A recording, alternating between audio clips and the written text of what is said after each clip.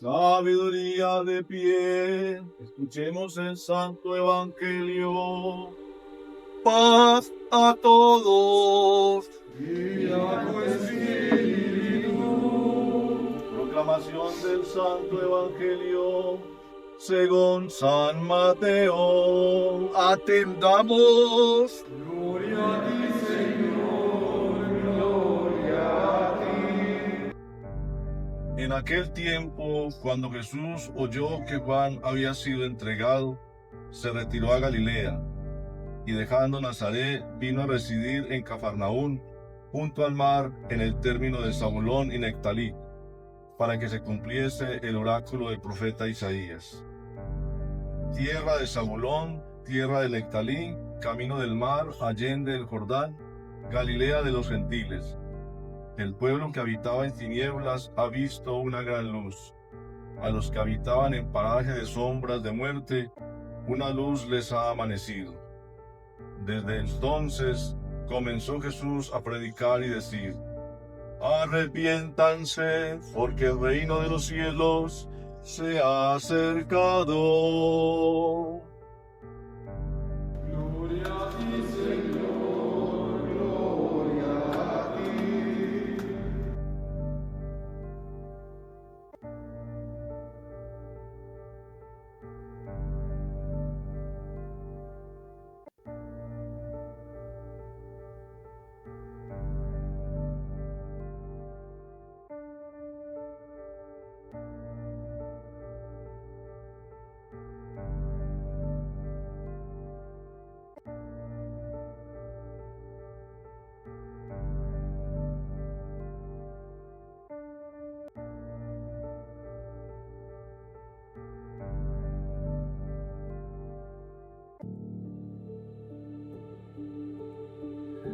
Estamos cerrando todo este tiempo litúrgico de la Navidad y la Teofanía.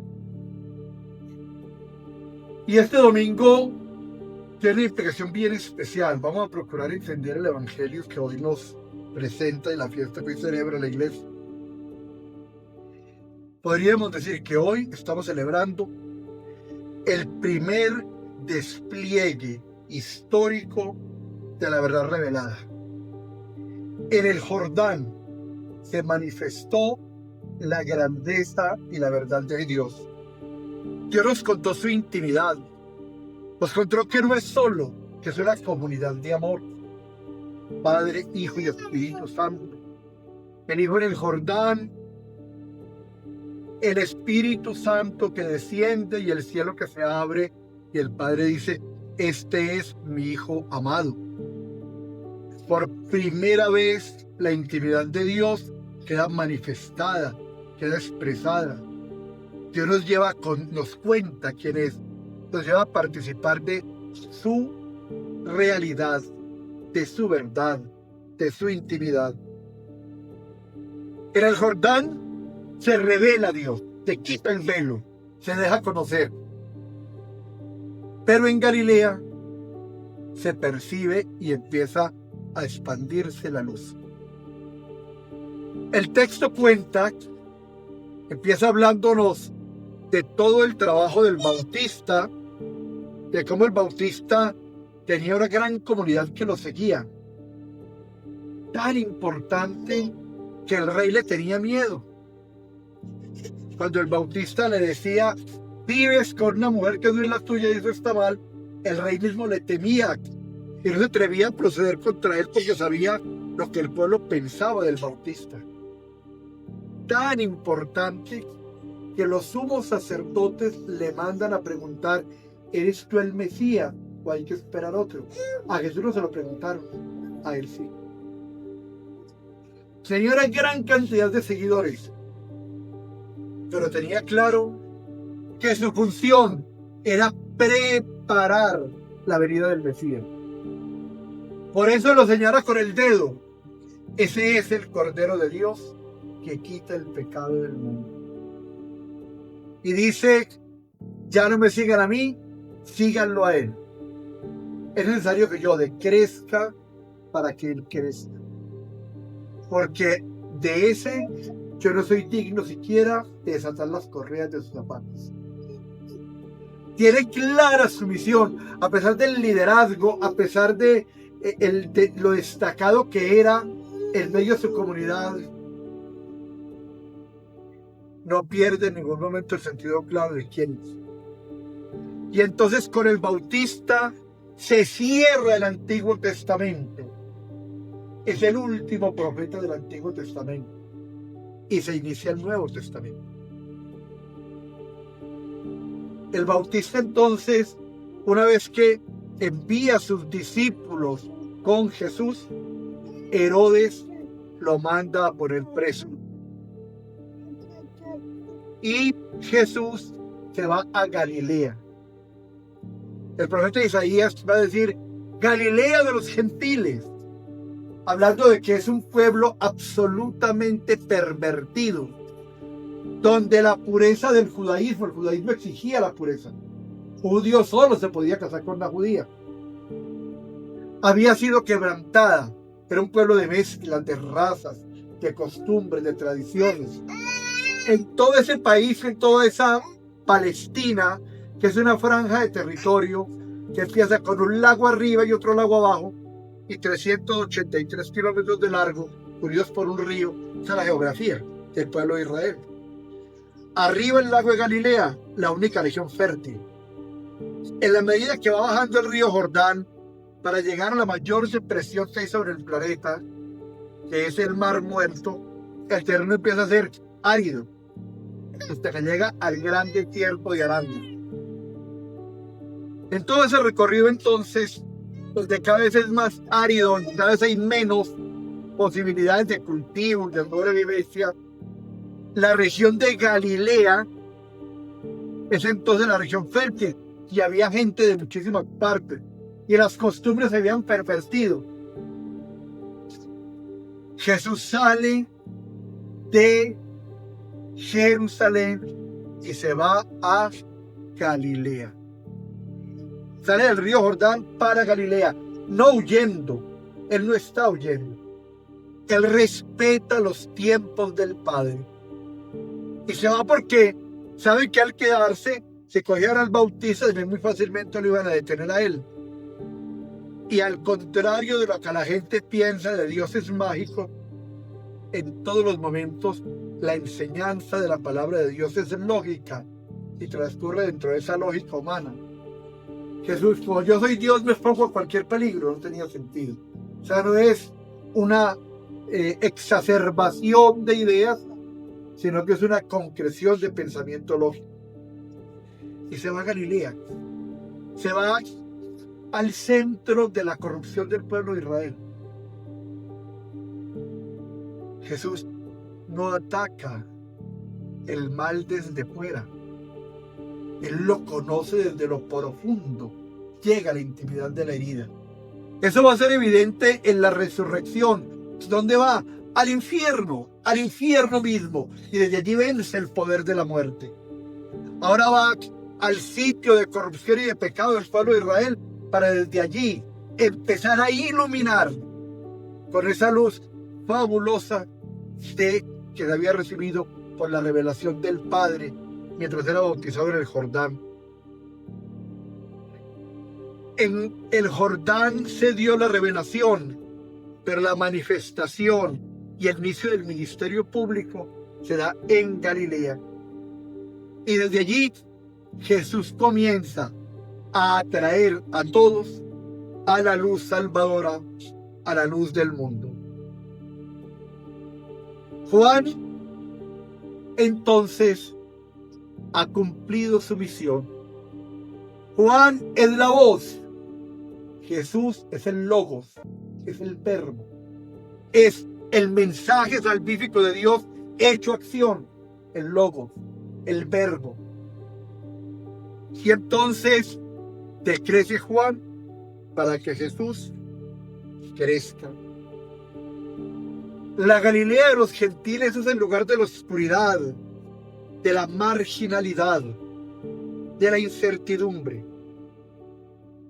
Y Cristo no evita la herida, va al fondo de ella Nos dice un padre de la iglesia, Orígenes. Cristo empieza a iluminar esa oscuridad, como hace con la vida de cada uno de nosotros. Todos y cada uno de nosotros tenemos problemas, dificultades. En la mente de todo ser pensante hay inquietudes. En la realidad de nuestra vida siempre hay momentos de gran dificultad. En la oscuridad de esos momentos aparece Cristo, luz del mundo, para iluminarnos. Esa iluminación no es solo intelectual. Esa iluminación es, por sobre todo, vida nueva. Una forma distinta de vivir. Y ahí viene el gran problema que vive nuestra fe. 12 personas, 11 y luego agregan otros 12, cambiaron el mundo. Y más de la mitad de los habitantes del planeta hoy son cristianos. 11. Ninguno muy importante, todos hombres humildes. Pero cambiaron su vida. Dejaron lo que tenían y se fueron detrás de Jesús. El problema grave es que hoy queremos ser cristianos sin dejar nada. Cristianos conforme a las costumbres del momento, a la moda del momento, a la fiesta del momento, a la realidad del momento. Un cristianismo que es simple y llanamente una idea, por eso no transforma nada. Si no se vuelve vida, no es el verdadero cristianismo. La iluminación de Cristo no es solamente intelectual, no es una idea, es una forma de vivir. Cristo primero ilumina y luego enseña. Eso lo llama la teología ortodoxa fotismos. Ilumina la vida. La luz, entonces, no es ni una idea ni una doctrina. La luz es la persona misma de Cristo. Por eso Jesús nos va a decir, sin mí nada pueden hacer. Pero hoy damos unas mezclas absolutamente angustiosas. A Cristo lo ponemos a compaginar con la inmoralidad. A Cristo lo ponemos a compaginar con el político corrupto. Cristo, Dios que ilumina al mundo, es el que apoya en la mente de muchos al político que no cree en Dios y lo niega. Luz y oscuridad, ser y no ser. El ministerio de Cristo se va a iniciar en Galilea. Y esa es la presencia activa del reino. Jesús nos dice, conviértanse, el reino de Dios viene, como dijo el Bautista. El reino de Dios está entre ustedes. Porque el reino de Dios es Cristo. Un reino que no es ni un lugar. Un reino que no es una costumbre. Un reino que es una nueva forma de ver los mismos problemas de cada día. Hoy estamos celebrando la iniciación cristiana de dos hermanas nuestras. Pero los problemas no van a cambiar, por el contrario, muy seguramente va a haber más problemas. Porque el demonio va a atacar a aquellos que quieren seguir a Jesús. ¿Qué es lo nuevo? Una nueva forma, una nueva cosmovisión, una nueva manera de ver el mundo.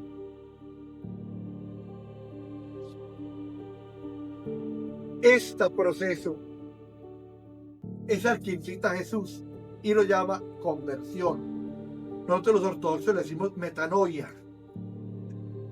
La metanoia, que no es simplemente el decir me arrepiento, que no es ni siquiera el sentir arrepentimiento, que es un cambio de mentalidad. Un célebre científico, Albert Einstein, dice, es locura creer que haciendo las mismas cosas se van a tener distintos resultados. Es locura, si hago lo mismo tendré lo mismo. Si yo me llamo cristiano, pero sigo obrando como si no lo fuera, no hay absolutamente nada que salvar ahí. No hay ningún proceso de metanoia, de conversión. Optamos por Jesús no como una forma mágica, ni como un agüero, ni como algo protector esotérico, sino como una nueva manera de vivir, una nueva forma de encarar la vida, de ver el mundo. Metanoia es entonces el único camino a la teosis, hablando en términos de la teología ortodoxa. La metanoia es el único camino a la teosis. ¿Qué es la teosis? La teosis es la deificación, edificarme en Dios. Jesús nos ha dicho, sean perfectos como el Padre Celestial es perfecto. La teosis es llegar a ser en nuestras vidas lo más parecido que podamos a Cristo. La idea es que el que me vea a mí obrar, vea en mis acciones a Cristo. En sus acciones, ¿a quién se ve? En las mías, ¿a quién se ve? De pronto al enemigo, de pronto al guerrero, de pronto al ideólogo, o se está transfigurando Cristo. Y la meta de la teosis nos la dice San Pablo en la carta a los Gálatas. Tiene que llegar a decir un día, no soy yo el que vivo, es Cristo quien vive en mí. Esa es la razón de ser de la vida del ortodoxo. Cada día dar un paso a hacerme más semejante a Cristo. Fuimos creados a su imagen y semejanza. La valía del ser humano está en la forma que se aproxima y se acerca a parecerse a ese nuestro modelo, nuestro prototipo que es Cristo. Porque Cristo es el modelo perfecto del hombre perfecto. Metanoia es por eso entonces el único camino a la teosis. La conversión no se da por miedo. Todos recordamos la pedagogía que a veces utilizaron en años anteriores con nosotros. Cuidado que se va para el infierno. Cuidado que se lo lleva el diablo. Y los querían llevar a una conversión por el miedo. La verdadera conversión no se da por el miedo. Se da por la iluminación. Se da de una manera consciente. Cuando yo veo que la razón no está en lo que el mundo plantea, sino en lo que Cristo dice. La iluminación que me hace ver lo que antes no veía, que me permite entender lo que antes se me hacía incomprensible. Es la iluminación la que nos hace ser cristianos. No el temor a la condenación, no el temor al infierno, no el cristianismo nuestro de darme la bendición porque mañana tengo un examen, de rezar una novena porque me van a hacer un examen o porque me van a hacer una cirugía. No es el temor el que nos lleva a convertirnos, es la iluminación. Donde está Cristo, está el reino de Dios. Y donde está el reino de Dios está la vida. Por eso, acercarnos a Dios es cada día ir desplazando de nuestras vidas la presencia de la muerte, la acción de la muerte. La luz de Cristo ha querido, quiere, ha decidido habitar en nuestra vida. Cristo quiere ser la luz que ilumine sus pensamientos, que me lleva a tomar las decisiones, que yo opte por vivir según el querer de Cristo, que algún día me pregunte, ¿qué querrá el Señor de mí frente a esta situación? El centro de la vida cristiana es amar a Dios sobre todas las cosas. Y va a decir más explícitamente, quien ama a su padre o a su madre o a su hijo más que a mí, no es digno de mí. Sobre todo, sobre absolutamente todo, sobre toda totalidad, amar a Dios. Pero ese amor no son palabras. Ese amor es el convencerme cada día que la verdad, la razón está en la enseñanza de Cristo. Que su palabra es vida, que su palabra ilumina cualquier oscuridad. Porque la luz de Cristo es una luz que toca, que sana, que despierta. Cuando puesto a escoger, escojo la moda, no, esto está muy pasado de moda. Escojo la comodidad. Escojo el que me llegó visita, cómo voy a ir a la iglesia. Cuando usted escoge todo lo contrario a Cristo, es porque en su vida no hay iluminación. Cuando Él no es lo primero, Él no está rigiendo nuestra vida, no está iluminando nuestra forma de vivir. Donde entra Cristo, la muerte y todas esas expresiones contrarias a la libertad y al amor desaparecen. Este es entonces el tiempo de la iluminación interior. Es el tiempo de abrirnos a la luz de Cristo. Dejar de creer que cualquier político o ideólogo nos va a cambiar y nos va a salvar. Solo Cristo tiene palabras de vida eterna. Solo en Él hay salvación. El reino está entre nosotros, para todo aquel que lo quiera acoger.